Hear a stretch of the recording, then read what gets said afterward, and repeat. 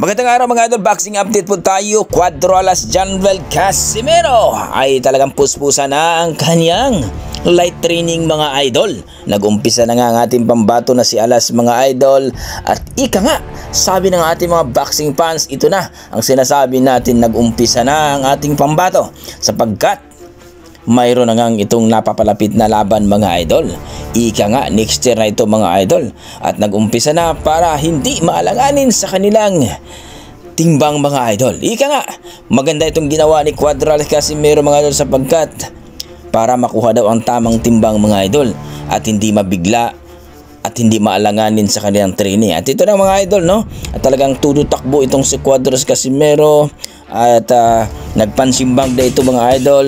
At talaga namang hindi pinakita ang ibang mga galawan ni Alas dito mga idol sapagkat alam naman natin mga idol na mayroon na po itong bagong advisor, no? Itong si Chavit Singson mga idol na ika nga na ito talaga ang magbibigay o mag-advise si Cuadro-Alas Casimero dahil ang punteriya ng ating pambato na si Alas mga idol o ang kampo niya ngayon, particular dito kay Chavit Singson na mapalaban for championship bout mga idol.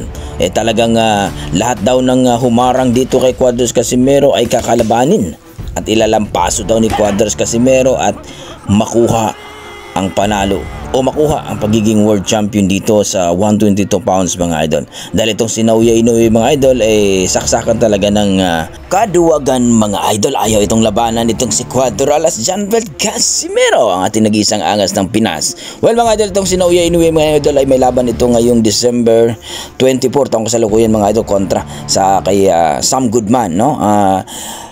Kanyang depensahan ang kanyang titulo sa IBF mga idol Super Bantamweight Division. At aakyat na ito pagkatapos ng laban dito kay Sam Goodman mga idol. At dito nga mga idol ay maghari dito itong si Carl James Martin kasi nasa rank number 1 ito mga idol, itong si Sam Goodman. At kung matalo itong si Sam Goodman ay magiging number 1 na itong si Carl James Martin dahil nanalo ito dito kay Ruben Tostado Garcia mga idol. At dito nga mga idol, no, itong si Carl James Martin mga idol ay hinamo na itong si Cuadro-Alas Casimero. Isusunod na daw itong si Alas mga idol dito ni Carl James Martin mga idol. Dahil itong pikon na daw itong si Martin mga idol dito kay Cuadro-Alas Casimero dahil daw ay mas magaling daw ito kay Martin mga idol. Ika niya, iba na daw itong si Martin daw ngayon mga idol. TKO daw ang inabot ni Ruben Tostado Garcia mga idol sa kanilang laban. At dito nga mga idol, inamin ni Carl James Martin na talagang kayang-kaya daw niya itong si Casimero. Isusunod daw niya ito. Itong si Casimero, humanda na daw ito mga idol dahil isusunod na daw itong si Casimero ni Carl James Martin. Kayo mga idol, ano masasabi niyo dito?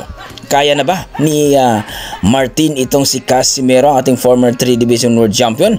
Kung babasihan po natin ang laban dito kay Carl James Martin at ni Tostado, kaya na ba ni Martin itong si Casimero? I-komenta mo na sa baba mga idol para ating pag-usapan.